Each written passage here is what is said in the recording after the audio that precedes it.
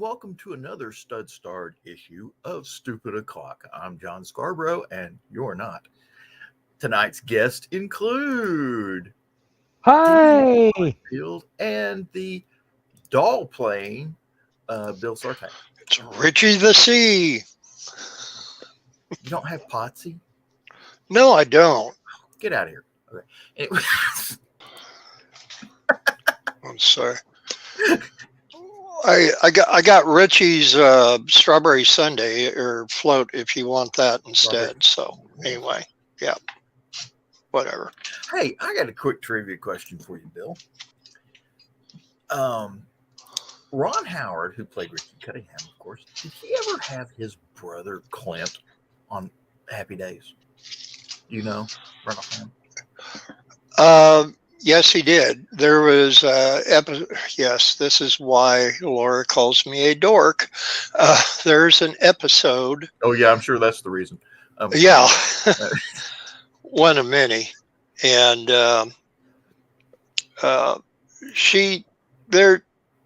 Clint Howard played a troublesome teenage youth that went in to steal money out of the pay toilets that Arnold installed on this particular episode. And which Arnold? The Arnold that owns Arnold's Drive-In. Pat Morita Arnold. Thank you. Okay. There were two. Yeah. I was having a Dan moment there, trying to remember the name. I remembered the last name, but not the first name. But anyway. Monday, happy days. But yeah, they're very common. And they were in there. I guess they got locked into the bathroom, and Clint Howard and his ne'er-do-well teenage friends broke into Arnold's Drive-In, and they were jimming the lock on the jukebox.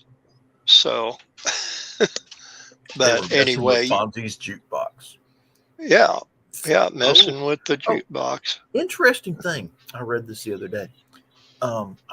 It's about the movie. I was reading some trivia about the movie The Great Escape, which was about the story about the escape camp. German POW camp for World War II. And they wanted Steve McQueen in it. And let me see here. Hey, Donna. Hey, Sarah. Hey, Facebook user. Hey, Joe Dog. Let me see here. And, of course, Carl. Hey, girl. Steve McQueen was a troublemaker on the movie set, basically. Real prima donna, had to have it, and so much so that he got them to rewrite the script to include him racing motorcycles in the story, because he was a big motorcycle fan at the time and was pretty good at driving motorcycles like that. So they wrote it into the script. And what's funny was he was actually better than the stunt coordinator that was riding some of the German motorcycles. So it's kind of funny. There's actually a scene where he played the German that was chasing him. So Steve McQueen was literally chasing himself in a couple of scenes in there. But after the studio owned the motorcycle. It was not one of Steve McQueen's motorcycles. And strangely enough, that motorcycle is the same motorcycle used by Fonzie in Happy Days. And that's one of those little pieces of Hollywood trivia. Okay. All right. So we're going to talk about Moonlight. Let me see. Of course, a lot of these rocket launches that we kind of follow along with so far have been canceled because of the hurricane that's blowing through Florida right now. This is true. They didn't send the SLS, the big rocket that's supposed to go to the moon or whatever, the test rocket for going to the moon. Yeah. They didn't send it back to the vehicle assembly building. It's still sitting out there in the launch pad. And I don't know if they expected the tropical storm to turn into a hurricane or not. But when it did, I'm pretty sure there's a bunch of NASA scientists sitting there going, "Oh." I'm sure it's fully insured. Well, I Yeah. know as of a couple If you're days ago, they were flying having 70-mile-an-hour winds, but I know it wasn't, like you said, it's supposed to go up a Cat 1. Well, you think a rocket that can withstand all those G forces and everything, the huge power of the rocket motors and stuff like that. You think it could withstand a little bit of weather, but hey, it's NASA. These are the people who froze an O-ring and killed a bunch of people. So. I think the thing is to remember that, if it did withstand all that, do they want to still risk launching it without checking it over after the storm went through? Because you don't want to send something up that's been through that, and maybe Well, to there's be something. honest, unless it does physical damage to the rocket, there ain't a whole heck of a lot, that weather could do to it. I mean, this thing's really. It's designed to launch from Florida. They're used to this sort of, they literally have to design rockets to withstand alligators. I mean, that's one of the problems with launching from Florida. And, Now, the trajectory of the storm is actually supposed to travel up the west side of. it's heading straight for Chattanooga. So what is it? Yeah, well, it's going to be going just east of Raleigh. They always think they have this big arc that's like it's always headed toward Chattanooga is always right there in the end of that arc. Uh-huh. It's going to the choo-choo. We're not going to see anything from it up our way. We'll send you some. Please, because we're going to experience January weather come this weekend after having August weather today. It was wonderful, wasn't it? Oh, we were still having July weather. And then yesterday morning, get up. Yeah, I seriously need that coat. I might ought to think about the insulated coveralls to wear to work. Oh, I've got a very George Carlin look going on tonight. Sorry about that. I'll try and get it fixed.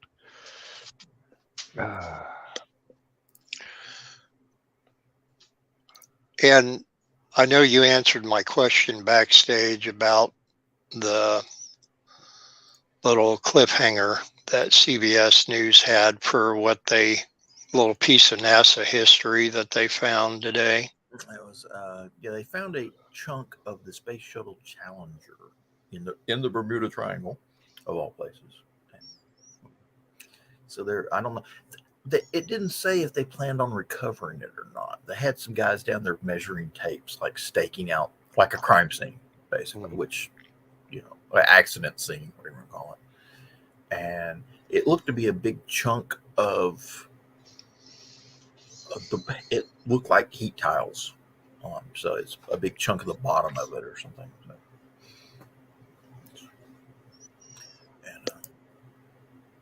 And that it's interesting.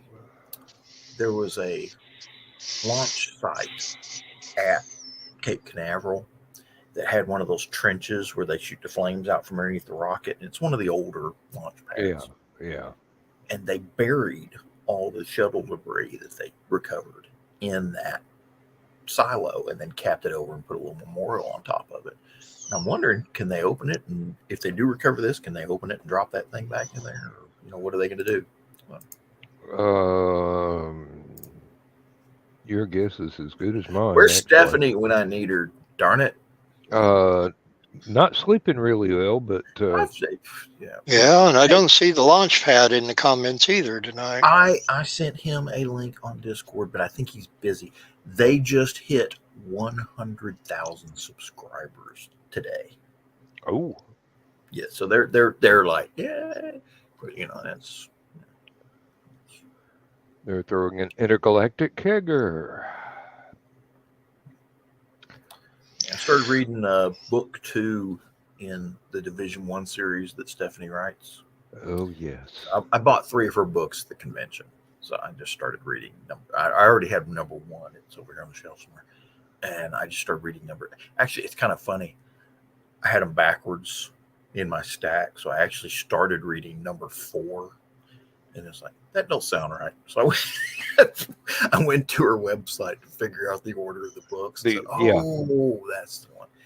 And for those of you who don't know anything about Stephanie's books,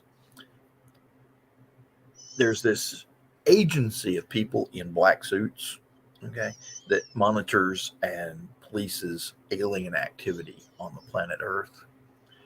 And I'm reading, and I haven't even gotten all the way through chapter 1, and it turns out Harry Houdini was an alien.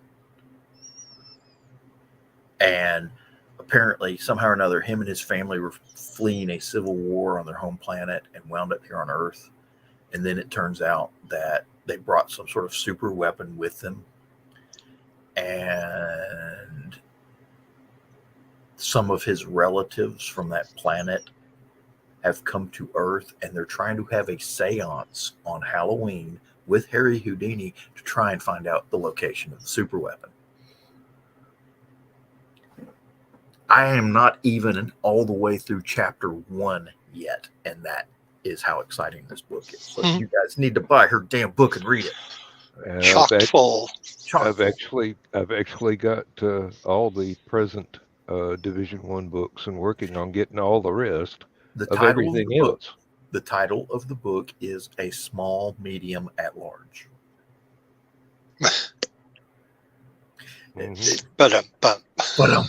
Okay, but that's it is a joke, but it is not a joke. That is actually the title of the book. So. I do have additional trivia for the Division 1 series. The Winchester and Tesla ray gun that they use, that's the one. Well, that's a smaller model of the one that I built for Stephanie.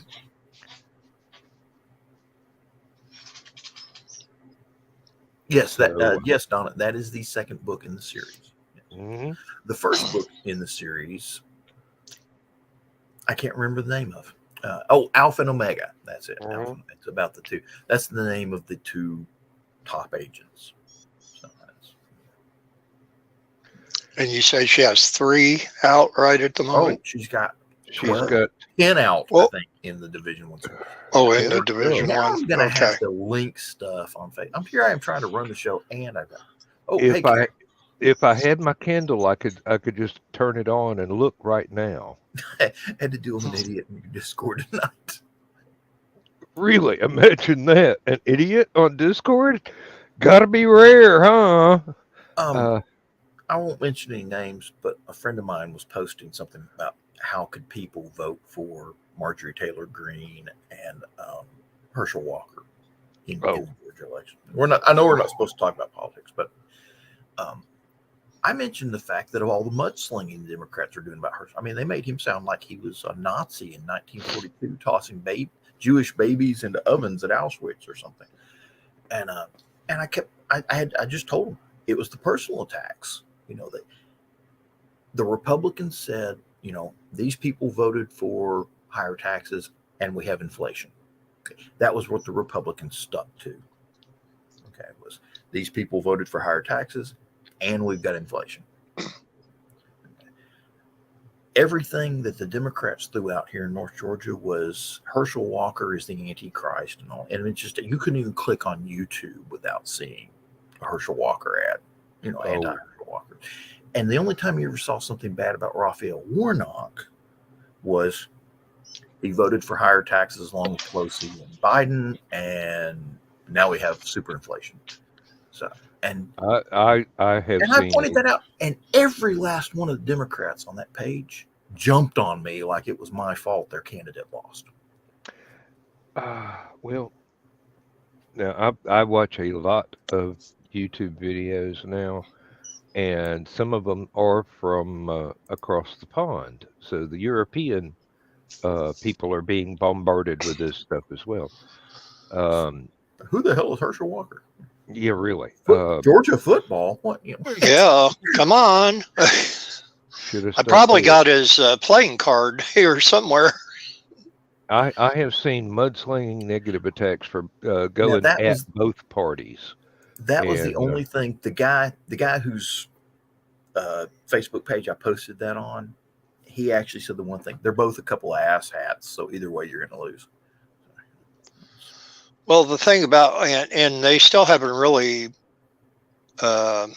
decided that race yet, have they? Weren't I they like think, 50-50? yeah, I Eh, think there's going to wind up being a runoff, but I'm not sure. I haven't been keeping up with That it. that's what I thought. I thought maybe in December, possibly, if It's they're going to messy. have one. We got to watch more of this crap through Christmas. Jeez. Oh yeah. The only turkey I want to see is the one I've got in the freezer, coming out of the freezer, getting defrosted, stuck in a smoker. The rest of those turkeys- Pogo said it best. I have seen the enemy, and he is us. But Tojo. No. not Tojo. Wait a minute, wasn't that West? That was the Japanese Pogo, Tojo. Well, on a lighter note, before we get too deep into all this, and people are saying, "God, did you watch Stupid O'Clock last night? Boy, we didn't think it made that kind of a turn." But anyway, but I agree with what you're saying, John. Though and my only political comment or non-political political comment would be that I think any mudslinging that doesn't have to do with the issues in specific, I tend to ignore. Yeah. It's in one ear and out the other. But Hang on a There minute, I gotta find a there are banner. entirely too many commercials going in either direction that are being pretty much just personal attacks on folks instead of having anything to do with what they're trying to stand for or stand against. okay, I thought there would be a runoff too. I thought I heard it, but I wasn't sure. Facebook user, you're going to have to go to that little link down there. It's underneath Bill's nose. It says streamyard.com/Facebook and grant them permission to see your name, or we're just going to have to sit here and call you Facebook user all damn night. So We're just going to call you a user. You user, you. I like the old Bob and Doug McKenzie thing. You hoser. You hoser. Hoser. Facebook hoser. Oh, that's a perfect name. Oh, I got to remember that. Yeah. I can actually do that sort of thing. Let's see. Wait, where's it over here?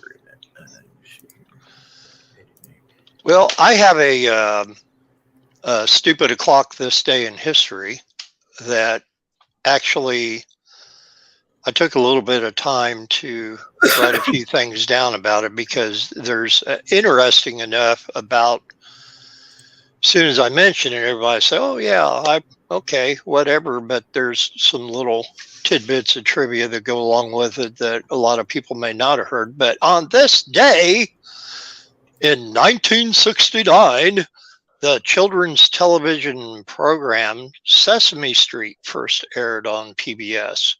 Yes, folks, we went from politics to PBS. Sesame Street.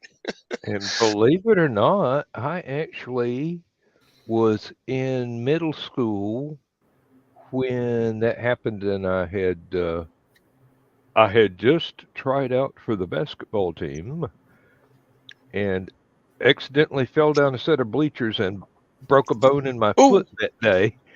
Ooh. So I'm sitting there with my foot in a bucket of ice water watching the first ever Sesame Street.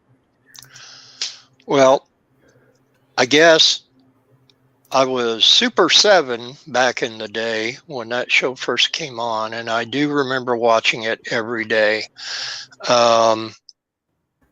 More so for the Muppets after a certain while, but the little catchy songs, "Who Are the People in Your Neighborhood" and all that stuff, that you'd get used to that after a while, and I kind of liked it. But the show actually got its name, of course, from the famous command in the Arabian Nights, "Open Sesame." And the show's producers thought the word sesame would suggest adventure and excitement. But Sesame Street was the brainchild of Joan Gans Cooney, who produced documentaries for PBS in the late 1960s. And of course, the average American preschooler back then was watching 27 hours of television a week. Now you'd be lucky if you can get them to watch 27 minutes a week. being on this instead. But anyway, but much of it was back then was confusing and of course violent, being the late 60s. And Cooney knew that television could be used for educational purposes. Imagine that, PBS, educational. But where's the Doctor Who? No. Yeah. But well, Blake 7 was very educational if you like angst in space. Yeah, but for preschoolers, you know, I mean, how many of you have ever heard the urban legends about Mr. Rogers? Oh, I've heard a bunch of them. He was And a sniper thankfully, they've all been debunked. It's a Marine sniper, special force, and he wore the sweaters to cover up his Marine special forces tattoos and all that. And what a lot of people don't realize is he married into a Mormon family early on, and they owned the television station that he originally was working at. His wife was a Mormon, his boss was a Mormon, and he had Mormon. He was not even in the. He was a conscientious objector because of his Mormon beliefs and such like that. And just, I kind of enjoyed the preschool programming I grew up with. I mean, Captain Kangaroo, Mr. Wizard, really educational. Romper Room, yes, indeed. Romper Room. I was a little old for Romper Room, but did you own Romper Stompers? No. Like I said, I was a little old for Romper Room. I must have been 6 or 7. So I'm sitting there going, yeah, but it keeps my sister quiet. It just kind of, well, you get probably about the age you were, Dan, you'd probably would have been, if they had it out at the time, which I'm sure they didn't, Bozo Circus. Yeah, here in Chattanooga, we had Bob Barker, who's kind of the country western kind of thing, and had a horse, horse, I can't remember the horse, I think it was Trigger, but I'm not sure. But Bob Brandy and his wife, Mrs. Brandy, I don't remember her, and but they would have their show every, and then I got invited as a child to be on it, and we could just never, their agent couldn't talk to my agent, and we just, hey, let's do lunch. No, and Bill, yes, I did get to see 3 different versions of Bozo. Some of them were actually syndicated things of what was it? The station in Chicago, was it GN? WGN? WGN? Yeah. WGN Chicago. And that's the thing. America's network. They had variations of Bozo Circus all throughout the United States, but WGN was like the most popular one and the longest running one. I can't remember which one we had here in Chattanooga as a kid. But now the thing was, we also had PBS. We had Gigantor, Speed Racer, and Marine Boy. Battle of the Planets. Battle of the Planets. That would have been late 70s, early 80s. That was after school programming for me, but that was once cable came along. So yeah, because Gigantor, when it was out, you had others like Space Angel and a few like that were along the same lines. I don't remember Clutch Cargo. Clutch Cargo. As a matter of fact, Clutch Cargo was being shown on Bozo Circus a lot. Well, it was also shown on, I want to say it's Captain Kangaroo showed Clutch Cargo, if I remember correctly. I remember Tom Terrific, but I don't remember Clutch Cargo being on Captain Really? Kangaroo. But Yeah. I Well, maybe that was wrong. I It could was be one of wrong. those shows I used to watch as a kid. And to be honest, the cereal had a lot more sugar in it back in those days than it does nowadays. So I may be misremembering stuff. I would have to like eat something with lots of sugar in it to actually remember. It wasn't until my family moved to Athens, Georgia, that we got access to cable TV, all 13 channels. And before that, it was um, CBS and NBC. And then when the family got wealthy enough to buy the extra large antenna with a rotator, we actually got an ABC channel. So we had 3. And I didn't have to run outside in the rain and turn the antenna so we could watch Porter Wagner on Sundays. Or was it Saturdays? I forget. I remember my grandmother had a 30-foot tripod tower that my dad had installed to put her antenna up on the top, and she had a rotor, and on top of her TV had this, it looked like a Barca Lounger that had a little dial. Have no clue how easy they got no. it. Really? When I was a teenager in the middle of the winter, that rotor motor would freeze up, and I would climb up there on the slippery tripod tower, and I get up there and I grab a hold of that and go until it unfreeze, thinking at any minute I'm going to fall 30 foot to my death. Yep. I about got my butt shot off for Ma Bell. And finally, Dad got all over me, and he said, he came out, he says, I got something for you in the trunk of the car. Go out and get it. Didn't tell me what it was. I opened up the trunk.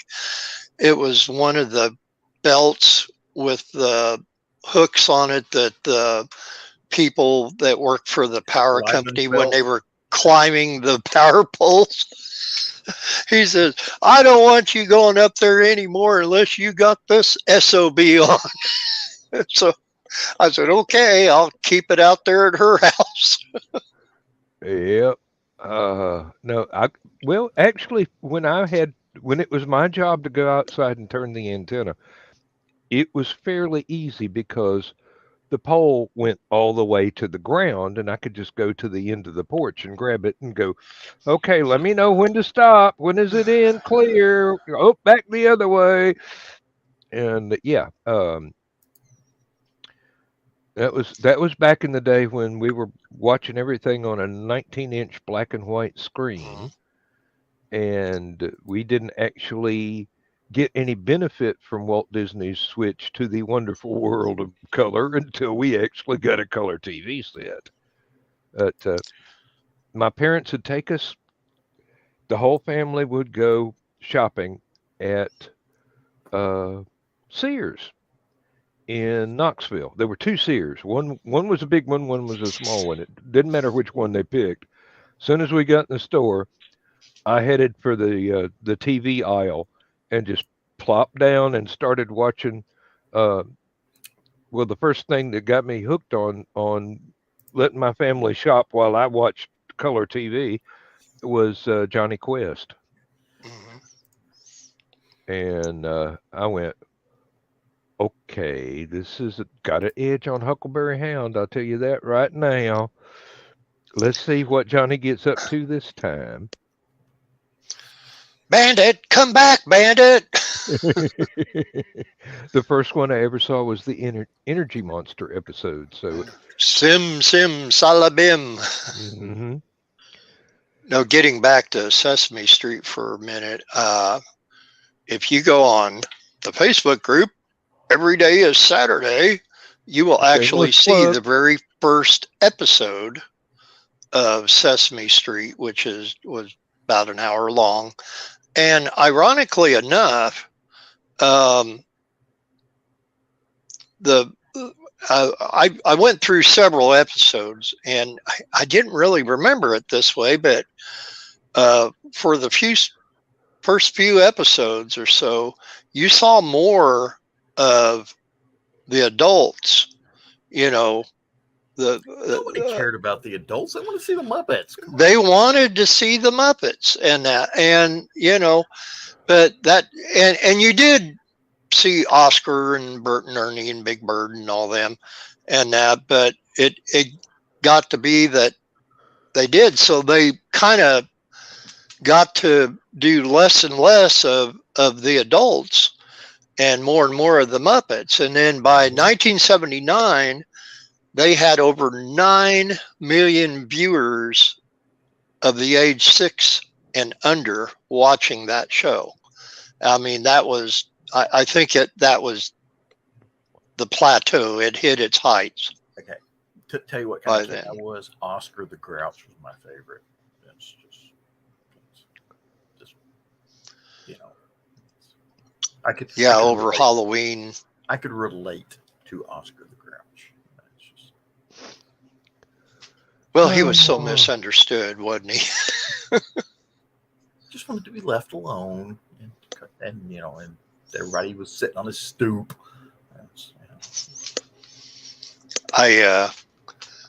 On Halloween, I posted a whole bunch of Halloween themed cartoons, and anyway, but I also posted some other stuff, which Sesame Street I kind of work into the Every Day is Saturday because it's children's programming and it has part of it. And they had an episode in, I think it was 1972 or 73, that Margaret Hamilton came on. I remember that. Wicked Witch of the West guys and that, and I found it was about 17-20 minutes of it with all her parts in there and posted that in there. She was just so wonderful about that role, because who do you think somebody that could be so typecast? Same way with like Henry Winkler being typecast as the Fonz for so long. It took him forever to get beyond that, but she drank it all in. She loved it. And she embraced it. Yeah. I remember there was an interview with her years later. And the interviewer asked her about when she got the news that she had got the part in Wizard of Oz. She goes, my agent called me and he told me I got this big part in Wizard of Oz. And she says, I asked him what part it was, and he said, the Wicked Witch, of course. And she went, explode deleted. Yeah. At first she wasn't happy, but then a lot of people are unhappy with their roles sometimes. Hello, Michaela. That's like, I'm trying to think of her name, who played Witchy Poo on.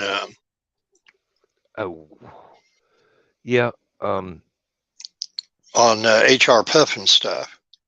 Also played the genie on another Sid and Marty Krofft show. Yes. Yeah, I know. And this is embarrassing. I'm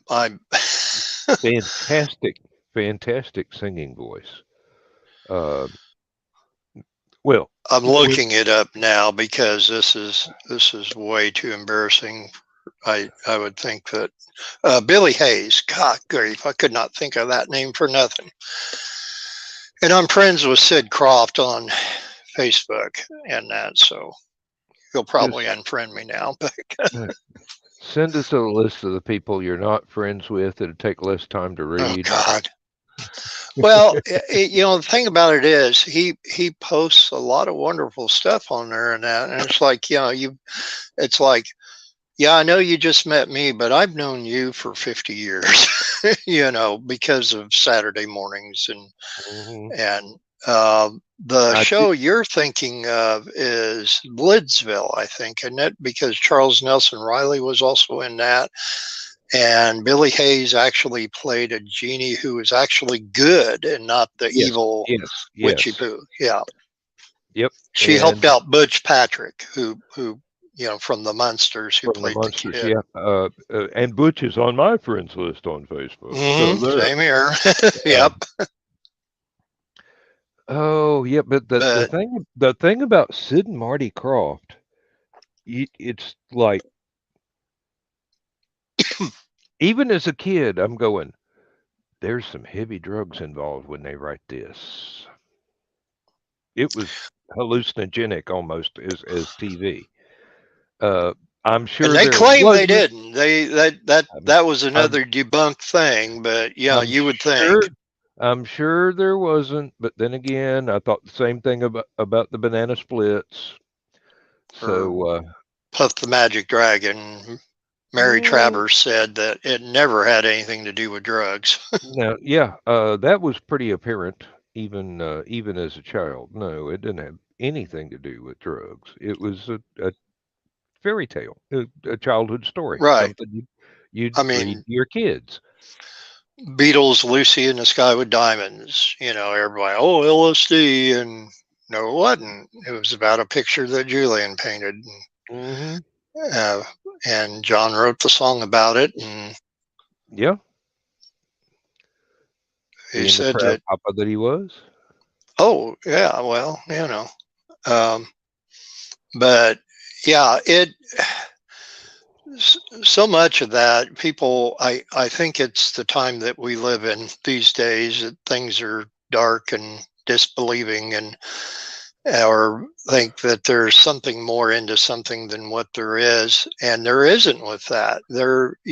And believe me, I got sucked up into it as much as the next person did, and I'm thinking, wow, and that's why I play around with that song Lakeshore Drive every once in a while, and uh, going up LSD Friday night, Trouble Bound, but they're talking about Lakeshore Drive. But now I know that the people, Chicago natives back then that called it LSD, they were trying to infuse the drug reference into that, saying that Lucy in the Sky with probably, Diamonds. yeah, most of the people that drove on Lakeshore Drive must have been on LSD because of the way they drove. And I'm like, Uh-huh. no, they drove that way anywhere up in Chicago. But it was, I mean, people really put more into it than what there is. And then on the other end of the stick, there's a lot of things that I've been learning about songs that are about different people that you didn't know if they were about any one particular person. And I hear that all the time on our local radio station. And Joe Bachman is in the audience. And Hey, Joe. ladies and gentlemen, we actually have an unexpected guest. Hey guys. Hey, Joe Dog. Hey, guys. Hey. So, I am so sorry to hear the news. Yeah, It's I saw that this morning. it's heartbreaking. Yeah, but it was nobody's fault. You couldn't have done anything. You didn't know it was happening. Yeah. But yeah, we've not been home all day. I didn't sleep a wink last night. So, when I messaged y'all, I pretty much went to bed and somebody came to visit and it woke me up about showtime. So I've been trying to listen. So we had one of ours pass away last week. mm, While I was at work, Lindsay got the shovel. She didn't want me to have to go through it because she knows how I feel about all of them.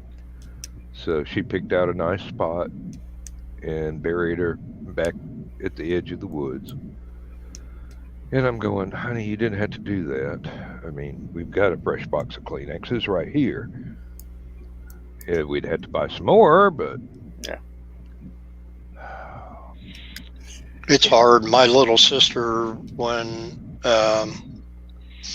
Well, it was actually my niece's guinea pig, but if anybody knows anything about guinea pigs at all, they consider them exotic pets because of how difficult that they are to raise and because of the way, they're constantly eating and pooping and urinating 24/7, and they're a big responsibility. And They're tribbles.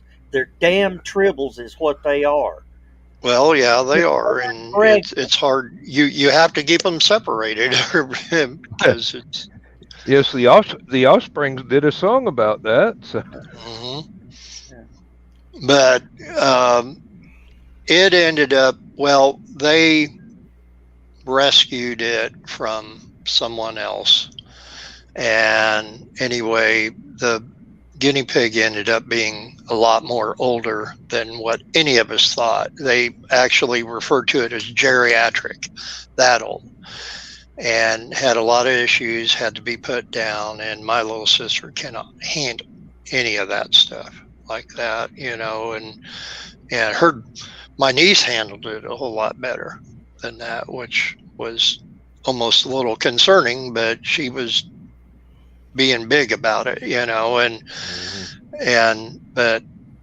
I don't ever expect Jenny to ever really be any different after, I've been with her with numerous animals who had passed away or, something happened. And that's how some are. And but says told me a few days ago, long before this happened. She goes, "I'd like to move." I said, "We can't move. We got a pet cemetery in the backyard. We've got 8 dogs buried in the backyard." Mm-hmm. That's some major archaeology to recover all of that. Yeah. So, yep. Sorry, got to stay in the same location. Us two for the same reason. Yeah. Oh. Well, yeah, she's already looking to replace him because last night she had nobody to cuddle up with. So you'd probably find things around the house that would remind you. And Kelly Gary has a bunch of cats.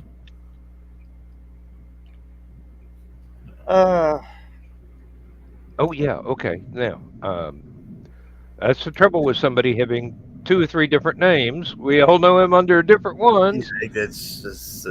Okay. Anyway, they're separate, distinct personalities, and he gets paid for it. Yeah. I ain't paying him nothing. I just one is his real name, one is a professional name. I've never bothered to ask which is which, and I don't really care. I love him all the same.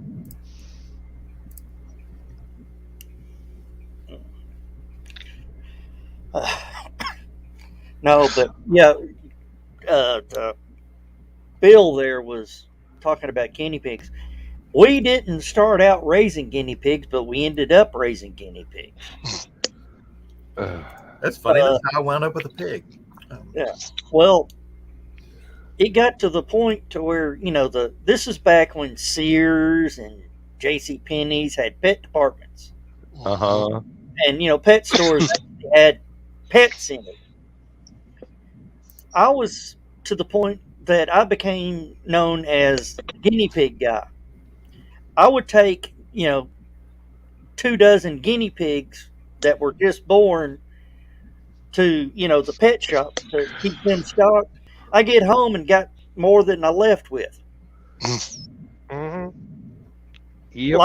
Like I called them tribbles. They're born pregnant, and when they're born, unlike other rodents, they hit the ground running, eyes open, fully furred, walking. I mean, like a horse. Yeah, but in the case of the guinea pigs, it's usually walking up to the singles bar going, "Hey, you come here often?" Yeah. And if you just so happen to have a male in there while the female's giving birth, he's pushing one back in. The next generation, not just for Star Trek anymore. I mean, they're worse than rabbits. Oh, and they are kin to rabbits. Really? I thought The pellets look similar. Yeah, they are. They are a caveat. I think the whatever their Oh, now I. Caveat emptor, buyer beware. now you know what Because you said that, now I can't think of the actual word you're trying to say, but I would know it beforehand. Oh Lord! you got to give them all their food has to be fortified with a vitamin because they can't get it in the wild. Yeah. And if it sort of reminded me of Jurassic Park. Yeah, we had my two daughters. We got one, and it's like you said, Joe, when everywhere had pet stores. We had GC Murphy's in Rockville, and of course they had the pet department in there, and you could go in there and get various. They kind of stayed with smaller animals, but birds and hamsters and guinea pigs and such. And so we were going to get Russian hamsters, and somebody said, "Oh no, they're horrible to take care of. Get a guinea pig instead." Ha! And so we kept their.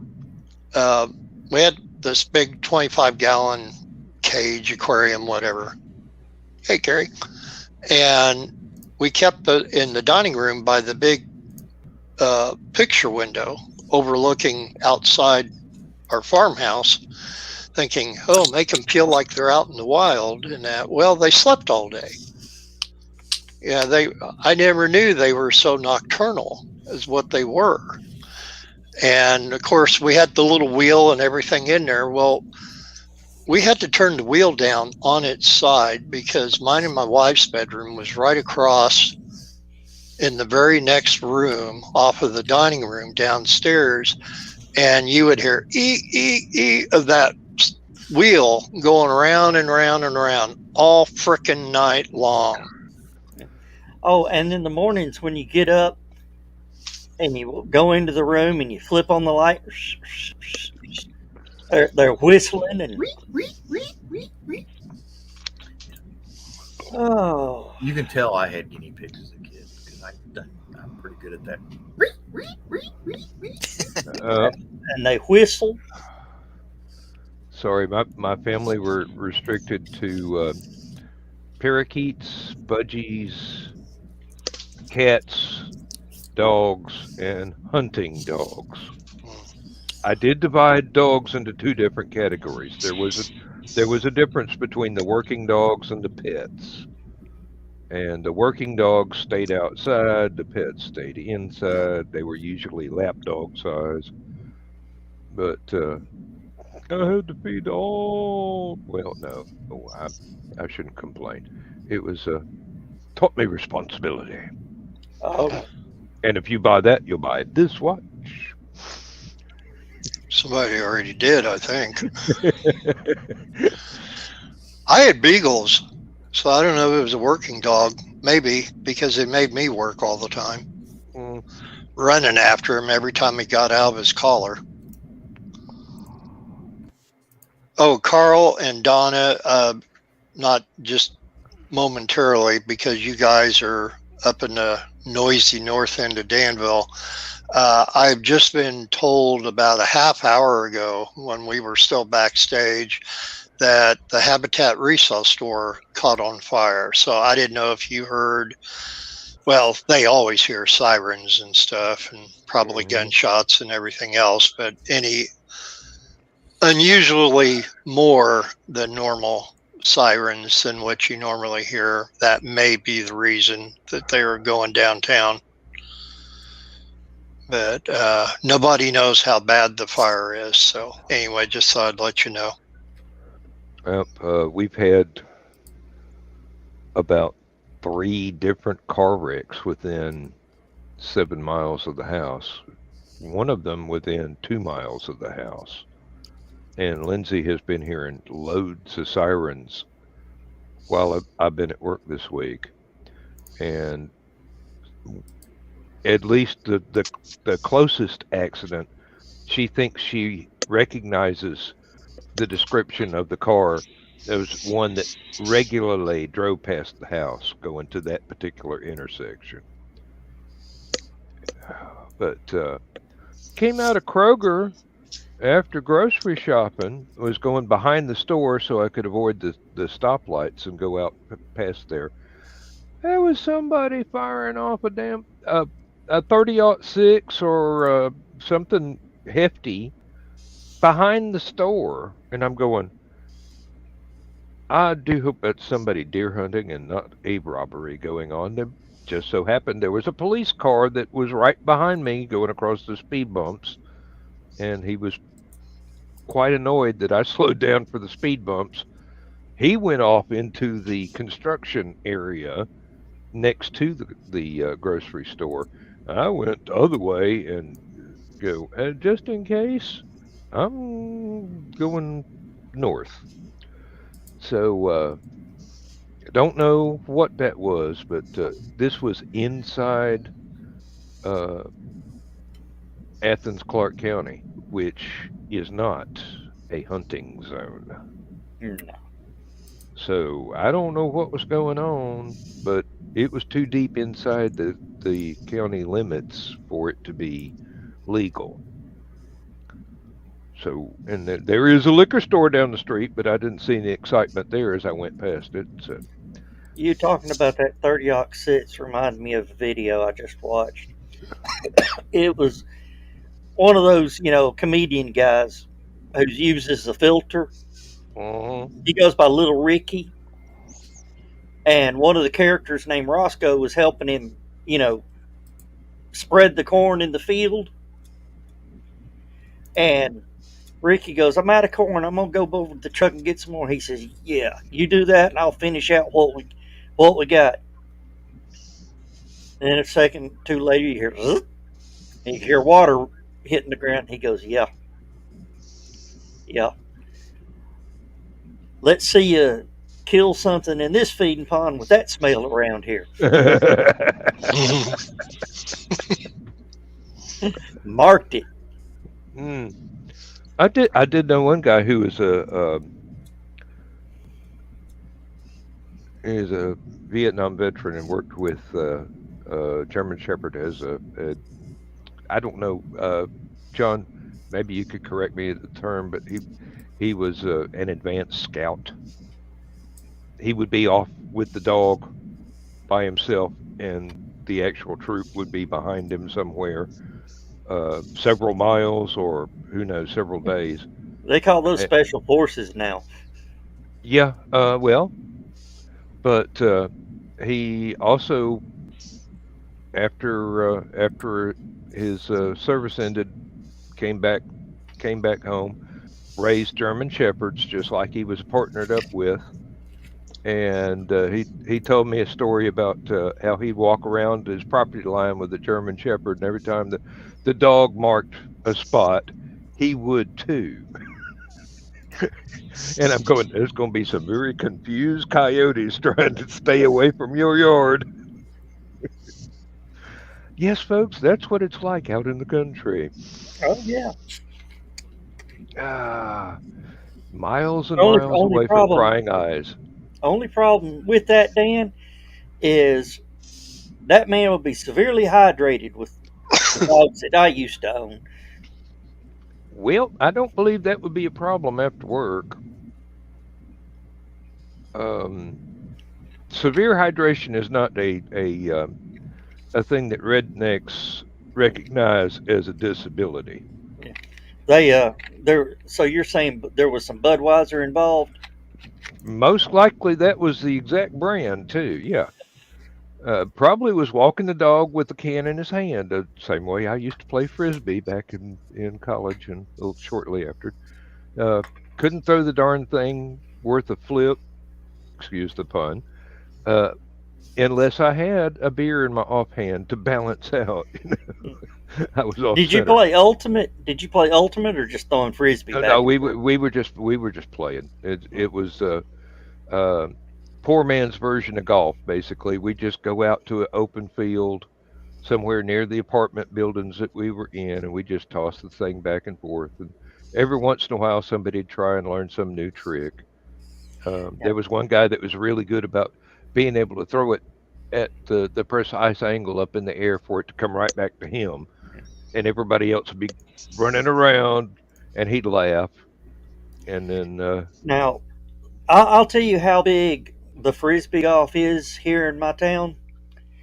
I live less than a mile from a city sanctioned and built frisbee golf course. you have my sympathy. I bet the lights are really bright. No, that's from the soccer field that's Oh, right next to it. hey, well, that's excusable. Those boys could get hurt. They can't see what they're kicking. But they call it the sinks. And the reason is all the sinkholes that they built the golf course into. Am I right in assuming that this was a failed golf course that got turned into a frisbee golf course? No, it's the ground's that bad.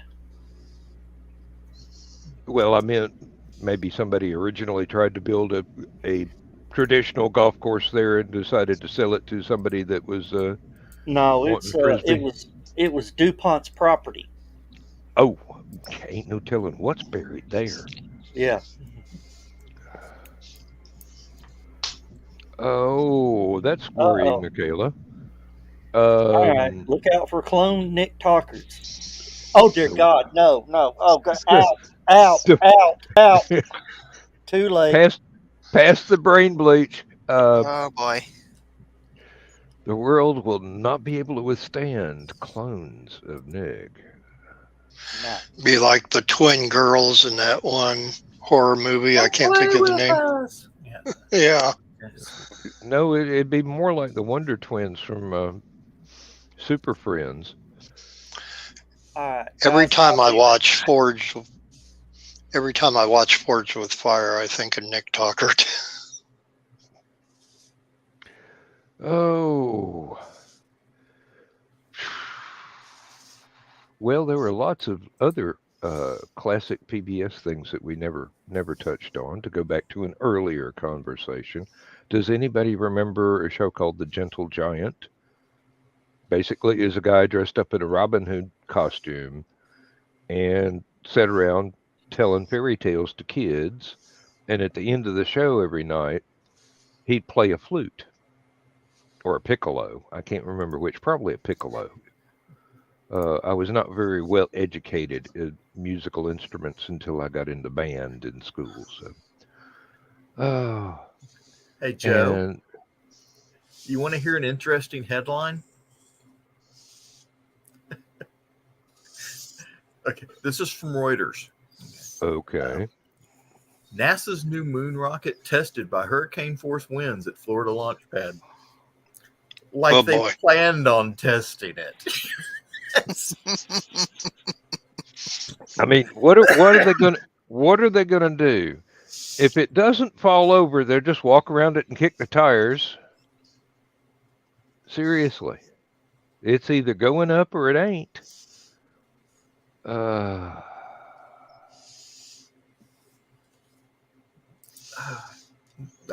I love positive thinking in advertising. Yeah, really. Our rocket was tested by hurricane force winds. Hey,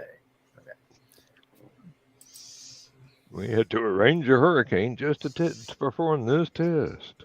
which is You're going to start welcome, all Florida. the conspiracy theories about the government controlling the weather. Oh Lord, yeah, the thing in what is it, NASA's involved. Alaska? It's that Flash villain, the weather wizard. He has his magic wand. Either that or that conspiracy theory thing, the HARP program, which is basically just a bunch of radio antennas to spy on Russia. But people think it could control the weather because somebody dropped Tesla's name in a conspiracy theory. You got to control the weather somehow. Yeah, I control it by owning an umbrella and a raincoat. I was watching something about Chernobyl. It's a HBO special they had about the truth behind the lies kind of thing. And it shows Chernobyl caught fire in the radiation. It started going up in the atmosphere, and it started heading straight toward Moscow. And this was right as their May Day parade is getting ready to kick off, which is a big deal in Russia. And they didn't want to cancel the May Day parade because of this radioactive cloud. So they actually sent a bunch of airplanes up full of dry ice and some basically grinders. Mm-hmm. It flew over the clouds and dropped dry ice into the clouds as this radioactive cloud started heading toward Moscow and caused it to rain. Did this for like 3 days. And sure enough, it started raining. All the radioactive particulate went down with the rain. It never made it to Moscow. Okay. So technically, yes, they did control the weather. But interestingly enough, that entire area in Moscow is now uninhabited. Just like the areas in and around Pripyat. So, Well, I'm not surprised. Guys, I just watched something on Facebook.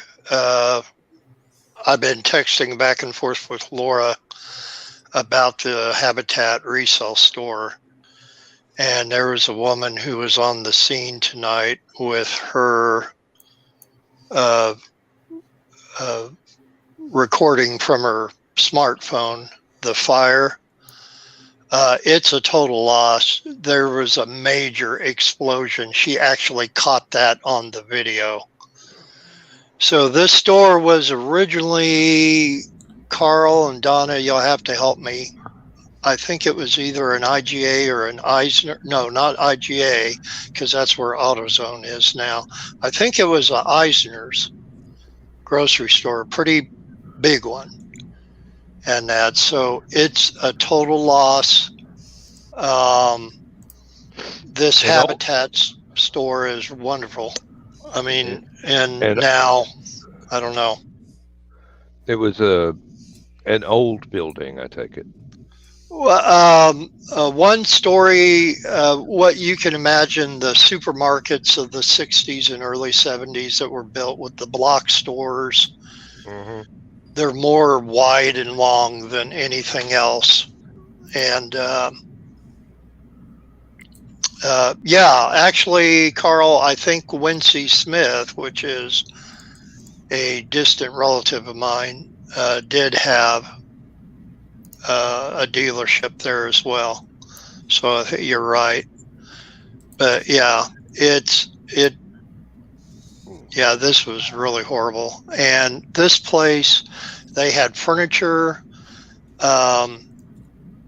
not clothes so much, but a lot of construction items, which is what the Habitat resale stores are really known for. If you're going, say, you know, somebody that had storm damage on the roof or something, they need new shingles or things like that, you could get them really cheap there. Bags of cement, blocks, doors, windows, appliances, a little bit of everything. And of course, Laura and I would go there to look for stuff, vintagey stuff to get for eBay and that, but I'm just at a loss right now for that. And I was just there. Well, actually, Laura and I both were just there a day ago. I'm doing the mystic dance that will keep the Russian bots away. Mhm. I have the ancient symbol that supposedly keeps Russian bots away. I thought you were playing Tetris or something. That is the ancient symbol that Yeah. keeps Russian bots away. Mhm. It's the same principle as throwing what is it, mustard seeds in front of a vampire. They have to stop and count them all, so they never actually get to break into your house. Or grains of salt. Well, my memory is not the same as it was when I was 20, except for certain things. Oh boy, can I remember them things. As somebody else was saying, please take it away. No, you're talking about Tetris there. I think every moving company, when they hire a new hire on, make them play Tetris for 3 days before they start work. Oh, actually, I have most famously been helping friends of mine move for decades,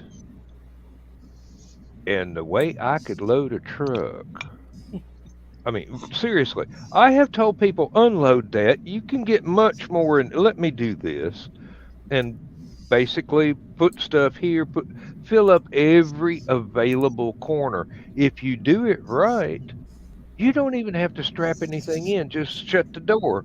If you can get the door to shut, because it's so full, that truck is bulging top and sides. The only reason the bottom doesn't bulge is because the frame of the truck. But Yeah, I put that's a four I put a 4-room apartment inside of a 12-foot U-Haul. yeah. You stack and pack. Uh-huh. Now, are you the type that actually packs stuff inside stuff? Yeah. And then when they come up with something that it wasn't even put in a box, I go, okay, wrap that up in a towel. It goes here, Yes. and that space is full. But really, if it's one solid monolithic block, once you get the door closed, straps are not going to change whether or not it's going to shift. It's not going to shift. Yeah, when I pack out for HallowCon, we actually use the refrigerators for hauling stuff. Exactly. And And thank you, John, for cleaning the fridges. That was great. John did that's something now I don't have to do. But when I got home, John, The refrigerators had some meat in them. I'm not sure which. I'm thinking it was hamburger patties, but the juice had leaked down into the bottom. Yeah. So I pulled all the shelves out and took some water and a rag and some bleach in there and just wiped the whole thing, cleaned off all the shelves. And put it all back. Well, one thing I do. Somebody's going to open that fridge here next year, and ooh, bleach. No, when I unload them from the truck, I prop all the doors open and let it dry out inside. If there's no moisture, they can't grow.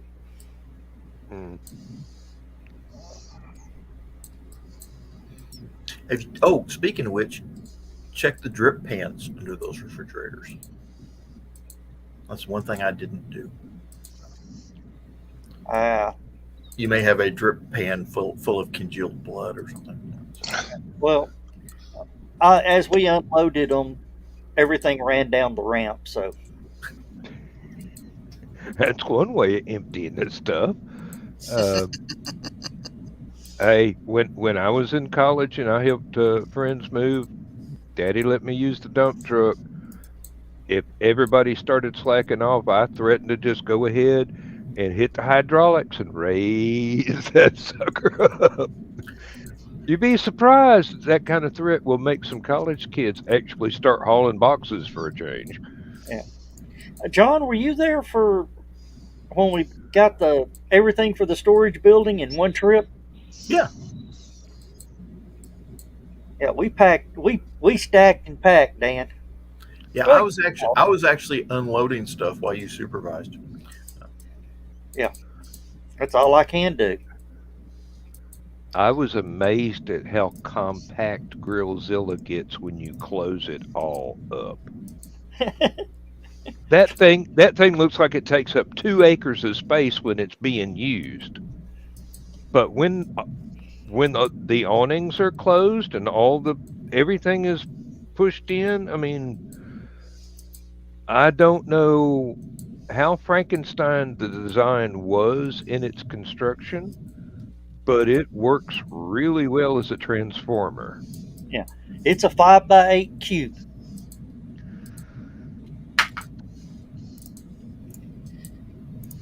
Oh, Well, I'm going to have to go down the hall. I'll be right that's back. where I just went. Sounds good. Speaking of kids in the hall, that's strange. The Young Ones, the old British TV series. Okay. Yesterday was the 40th anniversary of the first episode of The Young Ones. Wow. That was back in 1982.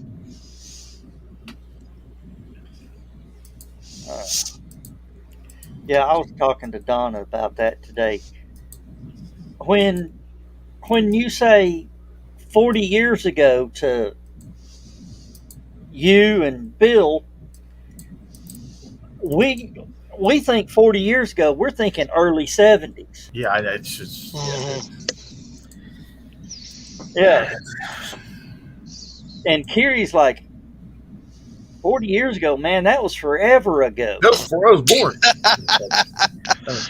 I remember when the anniversary of Sgt. Pepper album come out, and I swear every paper and that said it was 20 years ago today, and they were playing off of those words from the beginning of the song. And you think, wow, that was 1987, and now look at it, you know. Well, here's something, Bill, that you can get a reference on, and Kiri also. When you see that old oak tree out in the yard that they call the 100-year-old oak tree, that thing was an acorn after World War I. Wow. Yep. I keep thinking of all the animals on the old TV show, you know, whether it be Frasier or Green Acres or any TV show that had a pet. You think, how long ago has it been since that, you know, the pet actor or whatever had passed away or whatever? Oh, when I was watching that, there was this pig that was born without hind legs. It only had the front 2 legs. So they made the little bicycle thing so it could get around, right? And it got adopted and all these kids were like funding them, you know, keeping the pig safe and veterinary bills and all sorts of stuff like that. And they had a contest to name the pig, and they named it Chris P. Bacon. Oh, God.